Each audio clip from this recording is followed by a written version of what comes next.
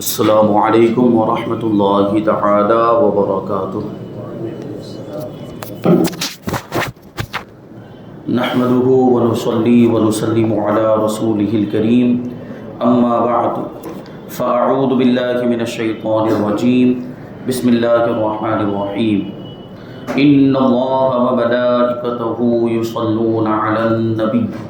یا ایہا الذین آمنوا صلوا علیہ وسلموا تسلیما۔ اللہم صل علی سیدنا ومولانا محمد معدن الجود والکرم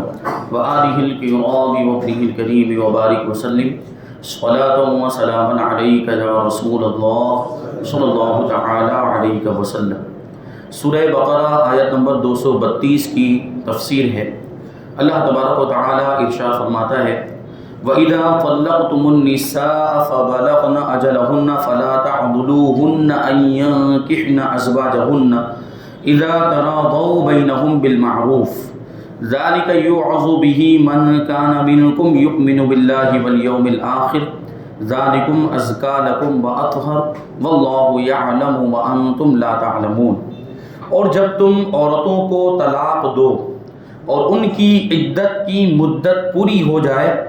تو اے عورتوں کے والیوں، انہیں اپنے شوہروں سے نکاح کرنے سے نہ روکو جبکہ آپس میں شریعت کے موافق رضامند ہو جائیں۔ یہ نصیحت اسے دی جاتی ہے جو تم میں سے اللہ اور قیامت پر ایمان رکھتا ہو، یہ تمہارے لیے زیادہ ستھرا اور پاکیزہ ہے، اور اللہ جانتا ہے اور تم نہیں جانتے۔ مسلسل کئی آیتوں سے طلاق کے احکام و مسائل بیان کیے جا رہے ہیں اور طلاق سے تعلق رکھنے والی ضروری باتیں بیان کی جا رہی ہیں۔ یہاں پر بھی ایسا ہی ایک مسئلہ بیان کیا گیا اور یہ کہا گیا کہ جب عورتوں کی عدت مکمل ہو جائے اور وہ پھر سے پہلے شوہر سے نکاح کرنا چاہتی، یعنی جہاں نکاح کی اجازت ہے حلالے کے بغیر، ایک طلاق کے بعد یا دو طلاق کے بعد، تو نکاح کرنا چاہ رہی پہلے ہی شوہر کے ساتھ، یا مان لیجئے کہ دوسرے کسی شخص کے ساتھ نکاح کرنا چاہ رہی ہے اور وہ ہر اعتبار سے مناسب بھی ہے، جس مرد سے وہ نکاح کرنا چاہ رہی ہے وہ اس کے لیے مناسب بھی ہے، کسی طرح کی کوئی کمی اور خرابی نہیں ہے، کوئی عیب نہیں پایا جاتا، تو پھر جو عورت ہے اس کے والیوں کو روکنا نہیں چاہیے، یعنی اس کے والیوں کو پھر یہ اس بات کی اجازت نہیں ہوگی کہ وہ اس عورت کو نکاح کرنے سے روکے، یہ بلا وجہ کی بات ہو جائے گی، کیونکہ وہ اس کی زندگی ہے اور پھر ظاہر سی بات ہے وہ ہر اعتبار سے مناسب ہے اور اس میں کسی طرح کی کوئی کمی بھی نہیں ہے، اس مرد کے اندر کوئی عیب بھی نہیں ہے۔ اچھا، کبھی برادری کے معاملات آ جاتے ہیں، کبھی برادری کا یہ ایسا مسئلہ پیش آ جاتا ہے کہ وہ برادری میچ نہیں ہوتی ہے، اب تو یہ سب اتنا نہیں دیکھا جاتا، اور بہرحال جو عجم کے رہنے والے ہیں ان کا تو نسب بھی محفوظ نہیں ہے۔ عجم یعنی ہم لوگ، عرب کے علاوہ دوسرے ملکوں کے رہنے والے لوگ، تو ہمارا تو کوئی نسب محفوظ نہیں ہے، ہمیں تو زیادہ سے زیادہ دادا یا پردادا کا نام معلوم ہوگا، اس کے اوپر کہاں جا کے ملتا ہے ہم کو کیا معلوم، کسی کو نہیں معلوم ہے۔ بس ایسے ہی کچھ باتیں مشہور ہیں کہ یہ برادری وہاں جا کے ملتی ہے، فلاں برادری وہاں جا کے، لیکن اس کے کوئی ثبوت نہیں ہے اور پورا نسب ان کا محفوظ نہیں ہے، اور اس طرح کی کوئی اتنی بڑی کوئی شرافت بھی کسی ایک برادری کے لیے یا کوئی بہت بڑا مرتبہ، کوئی بہت بڑی فضیلت کسی ایک برادری کے لیے نہیں مانی جاتی ہے۔ ہاں، ایک برادری ہے جو سب سے بڑی برادری ہے، وہ ہے سادات کرام، اور ان کا نسب الحمدللہ محفوظ ہے۔ اب وہ تو اس میں بہت سی باتیں اس سے پہلے کہی جا چکی ہیں کہ بہت سے نقلی سادات بھی آ گئے، بہت سے بناوٹی سادات بھی آ گئے ہیں جو سید نہیں ہے پھر بھی اپنے آپ کو سید کہتے ہیں، تو اس کا وبال ان کے اوپر ہے۔ وہ بہت سخت گنہگار، وہ حرام کے مرتکب ہے، اپنا نسب چینج کرتے ہیں۔ جو سید نہ ہونے کے باوجود اپنے آپ کو سید کہتا ہے، وہ گویا کہ کسی دوسرے باپ کی طرف اپنے آپ کو منسوب کر رہا ہے، یہی بات ہو گئی نا، باپ کوئی اور ہے اور اپنے آپ کو کسی اور کی طرف منسوب کر رہا ہے۔ اس کو حدیث میں ایسے شخص پر لعنت فرمائی گئی ہے، اور ایسا عمل یعنی اپنا نسب چینج کرنا، اپنا نسب بدلنا، یہ حرام ہے۔ تو بہرحال جو اصلی سادات ہیں، جو صحیح النسب سادات ہیں، ان کا نسب محفوظ، اور ہم نے تو بعض ایسے سادات کو بھی دیکھا کہ ان کے پاس ان کا نسب نامہ بھی پورا لکھا ہوا ہے، الحمدللہ پورا نسب نامہ، وہ نسب نامہ بھی میں نے دیکھا، حضور پاک صلی اللہ علیہ وسلم سے لے کر ابھی جو موجود ہیں ان تک وہ پورا سلسلہ، وہ سارے نام اس میں لکھے ہوئے ہیں۔ تو یہ ایسے سادات، یہ صحیح النسب سادات ہوتے ہیں، تو ان کا نسب محفوظ، اسی وجہ سے کہا جاتا ہے کہ سادات کو سادات ہی میں نکاح کرنا چاہیے، سادات کو اگر کوئی مرد ہے سید تو سیدہ عورت ہی سے نکاح کرنا چاہیے، اور اگر کوئی عورت سیدہ ہے تو اس کو سید ہی سے، تاکہ وہ نسب کی حفاظت ہو سکے، نسب محفوظ رہے۔ ہاں کبھی ایسا ہو سکتا ہے کہ سید مرد کسی اور خاتون سے نکاح کر لے تو سلسلہ تو مرد کی طرف سے چلتا ہے تو پھر تو نسب رہے گا، لیکن کسی سیدہ کو اس بات کی کوشش بھرپور زیادہ کوشش کرنی چاہیے کہ کوئی سیدہ جو ہے وہ کسی سید سے نکاح نہ کرے، کیونکہ اس میں کیا ہوگا، نسب ادھر اس مرد سے چلے گا، وہ دوسری برادری سے ہے تو بچہ اس کا بھی ہے لیکن نسب ادھر چل رہا ہے دوسرے سے، یا تو شیخ ہو جائے گا یا کچھ اور ہو جائے گا جس سے اس نے نکاح کیا ہوگا۔ اور پھر دوسری بات یہ ہوتی ہے کہ سیدہ اگر دوسرے کے ساتھ جاتی ہے تو اس کا وہ ادب و احترام بھی نہیں ہو پاتا ہے، وہ سیدہ ہے تو سیدہ ہونے کی وجہ سے اس کا ادب ہے، اس کا احترام ہے، تو سیدوں میں ہوگی شادی، سیدوں میں نکاح ہوا ہوگا تو وہ ایک وقار ان کا باقی رہے گا۔ تو بہرحال یہاں یہ بات چل رہی ہے اس آیت کریمہ کے اندر کہ اگر طلاق ہو جانے کے بعد، عدت گزر جانے کے بعد عورت دوسری جگہ نکاح کرنا چاہتی ہے یا پہلے ہی شوہر سے نکاح کرنا چاہتی ہے جہاں شریعت اجازت دیتی، تو اس کے والیوں کو روکنا نہیں چاہیے جبکہ اس طرح کی کوئی وجہ نہ ہو۔ اسی کو فرماتے کہ حضرت معقل بن یسار رضی اللہ تعالی عنہ کی بہن کا نکاح عاصم بن عدی کے ساتھ ہوا تھا، تو انہوں نے ایک طلاق دے دی، لیکن عدت گزرنے کے بعد پھر عاصم نے نکاح کی درخواست کی۔ دیکھیں ایک طلاق دی تھی اور ایک طلاق کے بعد یہ عدت کے اندر رجعت کرنے کا حق ہوتا ہے، نکاح کے بغیر طلاق رجعی کے اندر رجوع کر لے، اس کا طریقہ میں نے بتایا تھا، لیکن عدت گزر جائے تو پھر نیا نکاح کرنا پڑتا ہے اگر اسی شوہر کے ساتھ رہنا چاہتی ہے۔ تو حضرت عاصم نے پھر سے نکاح کی درخواست کی، تو حضرت معقل بن یسار مانے ہوئے، یعنی حضرت معقل بن یسار نے انکار کیا، نہیں یعنی اپنی بہن کو منع کر دیا کہ تم عاصم سے نکاح نہیں کر سکتی، تو ان کے حق میں یہ آیت کریمہ نازل ہوئی کہ بلا وجہ منع نہیں کرنا چاہیے، کوئی اس کی ٹھوس وجہ ہو۔ کبھی ایسا ہوتا ہے جیسے ہمارے معاشرے کے اندر ہم دیکھتے ہیں کہ شوہر بہت بدمعاش قسم کا ہوتا ہے اور بڑا ظلم کرتا ہے یا عورت کو کے حقوق ادا نہیں کرتا، اور ایسے میں طلاق ہو گئی، اور عورت کے معاملات ایسے ہوتے ہیں کہ وہ جب کسی چیز سے دل لگ جاتا ہے تو اگرچہ وہاں تکلیف ہوتی پھر وہیں جانا چاہتی ہے، تو ایک بار طلاق ہو جاتی ہے، پھر اگرچہ وہاں تکلیف ہوتی ہے، وہ ظلم کرتا تھا، اس کو مارتا پیٹتا تھا اور اس کو خرچہ نہیں دیتا تھا، اس کے حقوق ادا نہیں، خرچہ جو شریعت کے مطابق ہوتا ہے وہ، اور اس کے حقوق ادا نہیں کرتا تھا، اس کے باوجود بھی وہ وہاں جانا چاہتی ہے، تو ایسی صورت میں روک سکتے ہیں، ایسی صورت میں اس کو سمجھا سکتے ہیں اس کے والی کہ تم دیکھو وہاں جا رہی ہو، وہاں اس طرح کے معاملات ہیں، وہ تو تم پر ظلم کرتا تو مارتا پیٹتا تھا تم کو، اس طرح وہ کہہ سکتے ہیں، لیکن کوئی ایسی شرعی وجہ نہیں ہے، شرعی اعتبار سے کوئی خرابی نہیں ہے، پھر بھی روکنا، بلا وجہ روکنا اس کی اجازت نہیں ہے، پھر نکاح کرنے دینا چاہیے۔ تو اس طرح جو ہے کہ حضرت معقل بن یسار رضی اللہ تعالیٰ عنہ نے اپنی بہن کو روکا تھا، تو اس پر یہ آیت کریمہ نازل ہوئی۔ آیت کا خلاصہ یہ ہے کہ جب کسی عورت کی عدت گزر جائے اور عدت کے بعد وہ عورت کسی سے نکاح کا ارادہ کرے، خواہ وہ کوئی نیا آدمی ہو یا وہی ہو جس نے طلاق دی تھی، تو اگر وہ مرد و عورت باہم رضامند ہیں تو عورت کے سرپرستوں کو بلا وجہ منع کرنے کا حق نہیں۔ اس حکم کی اہمیت کو واضح کرنے کے لیے فرمایا کہ یہ ہر اس آدمی کو نصیحت کی جا رہی ہے جو اللہ اور آخرت پر ایمان رکھتا ہے، یعنی جو مومن ہے، جو ایمان والا ہے۔ اب میں نے یہ عرض کی برادری والی بات چل رہی تھی، تو برادری تو بہت بعد میں دیکھا جاتا ہے، نکاح کرنے کے وقت سب سے پہلے تو یہ دیکھنا ہوتا ہے کہ سامنے والا سنی صحیح العقیدہ مسلمان ہے کہ نہیں، سامنے والا جس سے ہم نکاح کر رہے ہیں، ہم اپنی لڑکی کا نکاح کر رہے ہیں، ہم اپنے لڑکے کا رشتہ طے کر رہے ہیں، تو سب سے پہلے کیا دیکھنا چاہیے کہ سامنے لڑکا یا لڑکی سنی صحیح العقیدہ ہے کہ نہیں۔ ہمارے یہاں پہ یہ بہت زیادہ اس چیز کا رواج پڑ گیا، بالکل توجہ نہیں، دنیا داری دیکھ رہے ہیں، مال و دولت دیکھ رہے ہیں اور ظاہری حسن اور خوبصورتی دیکھ رہے ہیں کہ وہ سامنے لڑکی کتنی خوبصورت ہے اور یہ جو اس کے گھر والے ہیں وہ کتنے مالدار ہیں، یا لڑکے کو دیکھتے ہیں کہ وہ کتنا مالدار ہے، کیسا کماتا ہے وغیرہ، یہ سب دیکھتے ہیں، دنیا کے معاملات دیکھ، لیکن دینداری نہیں دیکھتے۔ وہ دینداری کے اعتبار سے سنی صحیح العقیدہ ہے کہ نہیں یہ سب نہیں دیکھتے۔ وہابیوں کے ساتھ بھی نکاح ہو رہے ہیں، اہل حدیث کے ساتھ بھی، غیر مقلدین کے ساتھ بھی نکاح ہو رہے ہیں۔ یہ تو اپنی بچی اگر لڑکی دی ہے تو یہ تو اپنی بچی کے ایمان کو خطرے میں ڈالنا ہوا، وہ کب تک اپنے ایمان کو وہاں سنبھالے گی، اپنے ایمان کی حفاظت کرے گی، آخر وہ بھی ان کے جیسے ہو جائے گی، اس کو ہونا پڑے گا۔ تو وہ وہابیوں میں لڑکیاں دی جا رہی ہیں اور اس کی وجہ سے بھی وہابیت بہت زیادہ پھیل رہی ہے۔ یہ ہم جو دیکھ رہے ہیں نا وہابیت پھیل رہی ہے، اس کی ایک بنیادی وجہ رشتہ داری ہے کہ ہم لوگوں نے رشتہ داریاں کرنا شروع کر دیا ہے۔ اب آپ سوچیں کہ رسول اللہ کے دشمنوں کے ساتھ رشتہ کیسا،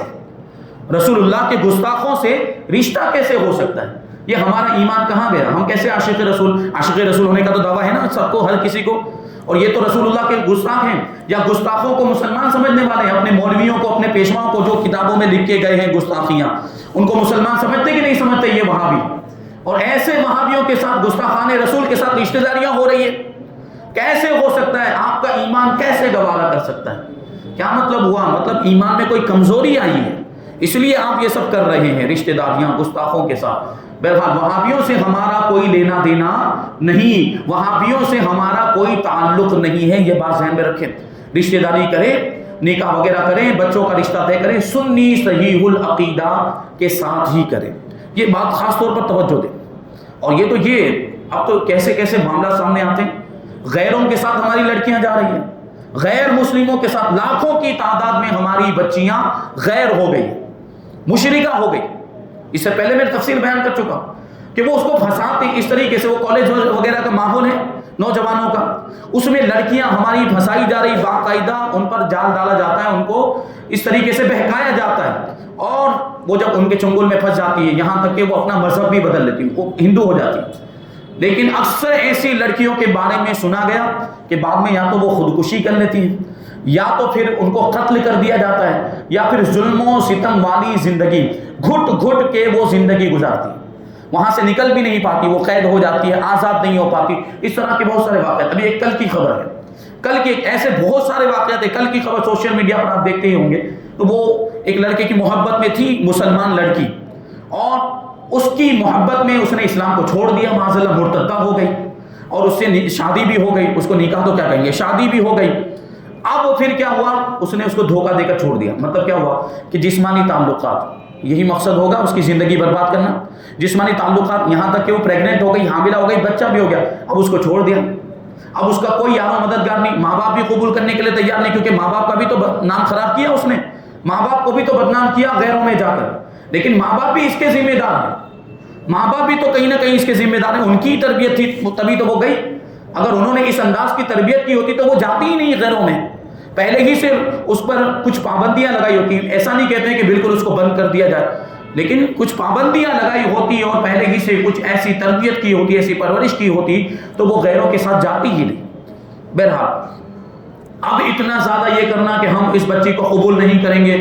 بعد میں جب بچی آتی ہے تو بعد میں یہ کرنا کہ یہ تو ہمیں بدنام کر کے گئی ہے، یہ تو غیروں کے ساتھ چلی گئی تھی، اس لیے اب ہم اس کو قبول نہیں کریں گے، جاتی ہے وہ جائے، یہ بعد میں اتنی سختیاں کرنے کا کیا مطلب ہے؟ پہلے کرنی چاہیے تھی نا یہ سختیاں، تو پہلے جب وہ جا رہی تھی یا جب اس کا اس طرح کا معاملہ کبھی سننے میں آیا ہو اس وقت سختی کرنی چاہیے تھی۔ تو اس طرح کے معاملات سامنے آتے ہیں، اور آئے دن اس طرح یہ ان لوگوں کی پوری تحریک چل رہی ہے ہماری بچیوں کو پھنسانے کی، ہم پر لو جہاد کا الزام لگایا جا رہا ہے، جبکہ حقیقت میں یہ کام وہ لوگ کر رہے ہیں، لو کرانتی وہ لوگ کر رہے ہیں، ان کے نوجوانوں کو باقاعدہ ٹریننگ دی جا رہی ہے مسلمان لڑکیوں کو پھنسانے کی۔ اگر ہم اپنی بچیوں کی عزت کی حفاظت چاہتے ہیں تو اس پر آج ہی سے توجہ دیں، جو بھی بچیوں کے باپ ہیں، جو بھی بچیوں کے باپ ہیں، آج ہی سے ایسی ان کی تربیت کریں اور ایسی پرورش کریں اسلام کی تعلیمات کی روشنی میں کہ وہ کبھی بھی غیر نہ ہونے پائے، اپنے ایمان کی حفاظت کریں اور اپنے دین ہی کو سب کچھ سمجھیں، اس طرح کی تعلیم دیں۔ مزید فرمایا کہ اس حکم پر عمل کرنا تمہارے لیے زیادہ پاکیزگی اور طہارت کا باعث ہے، کیونکہ بعض اوقات سابقہ تعلقات کی وجہ سے عورتیں غلط قدم بھی اٹھا لیتی، پہلے شوہر سے تعلق ہو چکا ہے اور ابھی اسے نکاح کی گنجائش بھی ہے، اور والی اگر منع کریں گے تو ہو سکتا ہے کوئی غلط کام کر جائے اور وہ بھاگ جائے، اس طرح کے بھی معاملات ہوتے ہیں، بھاگنے کے بھی، کہ والی لوگ منع کرتے ہیں تو پھر لڑکیاں بھاگ جاتی ہیں، جو بعد میں سب کے لیے پریشانی کا باعث بنتا ہے۔ اس لیے عورتوں کو مزید نکاح سے بلا وجہ منع نہ کرو، اور ظاہر سی بات نکاح تو ہونا ہی چاہیے، شادی تو اگرچہ ایک جگہ طلاق ہو گئی دوسری جگہ اس کے لیے کوئی انتظام کرنا چاہیے، اگر پہلی جگہ مناسب نہیں ہے تو دوسری جگہ یا دوسرا کوئی لڑکا ضرور ڈھونڈنا چاہیے، کہ والیوں کی ذمہ داری بنتی ہے، وہ پوری زندگی ایسے نہیں بیٹھ سکتی، آپ اس کی کھانے پینے کی ضرورتوں کو پورا کر سکتے ہیں، کپڑے لتے کی ضرورتوں کو پورا کر سکتے ہیں، جسمانی ضرورت کو کیسے پورا کر پائیں گے؟ اس کے لیے ظاہر سی بات ضروری ہے نکاح وغیرہ کچھ ہو، ورنہ وہ بے حیائی کے کام ہوں گے، بدکاری ہوگی، وہ غلط قدم اٹھا سکتی ہے، یہ والیوں کی ذمہ داری بنتی ہے، جو میں نے اس سے پہلے بھی کہا تھا کہ خاص طور پر جو اس کے میکے والے ہوتے ہیں، اس کے بھائی وغیرہ اور اس کے ماں باپ، اس طرح ان کے معاملات ہوتے ہیں کہ لڑکی کو روکے رکھتے ہیں، جو میں نے پہلے بھی عرض کیا تھا، اور بھائی لوگ یہ دعوے کرتے ہیں کہ ہم یہاں ہیں، ہم بیٹھے ہیں تجھے پالنے کے لیے، ہم تجھے پوری زندگی پالیں گے، وہی بات آ جاتی ہے۔ تو یہ اگر اس طرح کے دعوے ہیں تو ساتھ میں اس کے لیے شوہر کا انتظام بھی کریں، اس کا نکاح بھی کروائیں۔ تمہاری آگے فرمایا کہ تمہاری حقیقی حکمت و مصلحت کو تم نہیں جانتے، تمہاری بھلائی کس میں ہے تم نہیں جانتے، اللہ جانتا ہے۔ یہ یاد رہے کہ اگر عورت غیر کفو میں بغیر اجازت ولی نکاح کر لے تو وہاں اولیاء کا حق ہوتا ہے۔ آگے آیت کریمہ ہے، آیت نمبر 233، اللہ تبارک و تعالیٰ فرماتا ہے والوالدات یرضعن اولادہن حولین کاملین لمن اراد ان یتم الرضاعہ وعلی المولود له رزقهن وکسوتهن بالمعروف لا تکلف نفس الا وسعها لا تضار والدة بولدها ولا مولود له بولده وعلى الوارث مثل ذلك فإن أرادا فصالا عن تراض منهما وتشاور فلا جناح عليهما وإن أردتم أن تسترضعوا أولادكم فلا جناح عليكم إذا سلمتم ما آتيتم بالمعروف واتقوا الله واعلموا أن الله بما تعملون بصير۔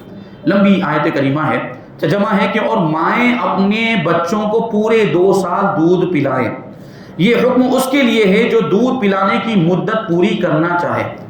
اور بچے کے باپ پر رواج کے مطابق عورتوں کے کھانے اور پہننے کی ذمہ داری ہے۔ دیکھیں یہاں پر کچھ مسائل ہیں، میں بتا دوں آپ کو کہ دودھ پلانے کی جو مدت ہے وہ 2 سال ہے، بچے کو 2 سال سے زیادہ 1 منٹ بھی دودھ نہیں پلا سکتے، 1 منٹ بھی اگر زیادہ ہو گیا ہے تو پھر دودھ پلانے کی اجازت نہیں ہے۔ اب اگر وہ عورت ماں دودھ پلائے گی تو گنہگار ہوگی،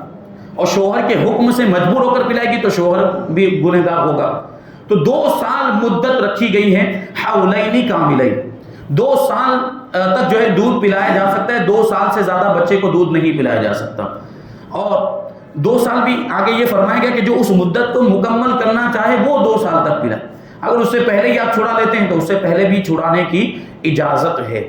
اور اسی وجہ سے فرمایا گیا کہ 6 مہینے باقی ہوں یا 5 مہینے باقی ہوں تو بچے کو دوسری چیزوں کی عادت ڈالنی چاہیے، دوسری چیزیں بھی کھانے لگ جائے، کھانے کی چیزیں، چاول، یہ روٹی وغیرہ اس کو کھلانا شروع کرتے، تاکہ اس کی عادت بن جائے کہ اب جب آپ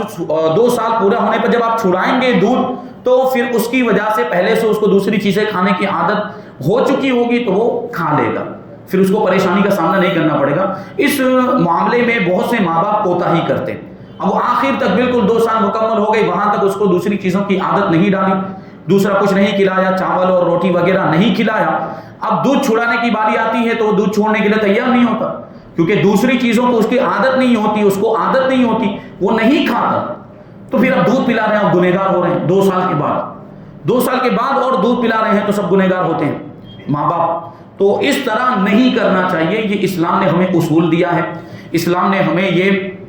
طریقہ بتایا، تو جو طریقہ ہمیں اسلام نے بتایا، ہم مسلمان ہیں، ہمیں اس کے مطابق عمل کرنا چاہیے۔ پہلے تو یہ بات بھی ہے کہ 2 سال کے بعد بھی بہت سی مائیں دودھ پلاتی ہیں، 2 سال کے بعد بھی عام طور پر ہم یہ دیکھتے ہیں، اور ان کو یہ مسئلہ معلوم ہی نہیں ہوتا ہے کہ 2 سال کی مدت ہے، معلوم ہی نہیں ہوتا، 2 سال کی مدت رکھی گئی۔ ہاں ایک مسئلہ یہ ہے یہاں پر کہ 2 سال پورے ہونے تک دودھ پلانے کی اجازت ہے، اس کے بعد دودھ پلانے کی اجازت نہیں ہے، لیکن اس کے بعد بھی اگر کوئی عورت دودھ پلاتی ہے ماں کے علاوہ کوئی دوسری عورت تو حرمت رضاعت 2.5 سال کے اندر ثابت ہو جائے گی، یعنی اس کے بعد بھی 6 مہینے کا ٹائم ایسا ہوتا ہے کہ اس میں بھی اگر دودھ پلا دیا کسی دوسری عورت نے تو حرمت رضاعت ثابت ہو جائے گی۔ حرمت رضاعت کا کیا مطلب ہے؟ جو دودھ والا رشتہ ہوتا ہے، دودھ والے رشتے کو رضاعت کا رشتہ کہا جاتا ہے، رضائی ماں ہو جاتی جس نے دودھ پلا دیا جب وہ رضائی ماں ہو جاتی، اور اس کے بچے رضائی بھائی بہن ہو جاتے، تو یہ ہوتا ہے دودھ والا رشتہ۔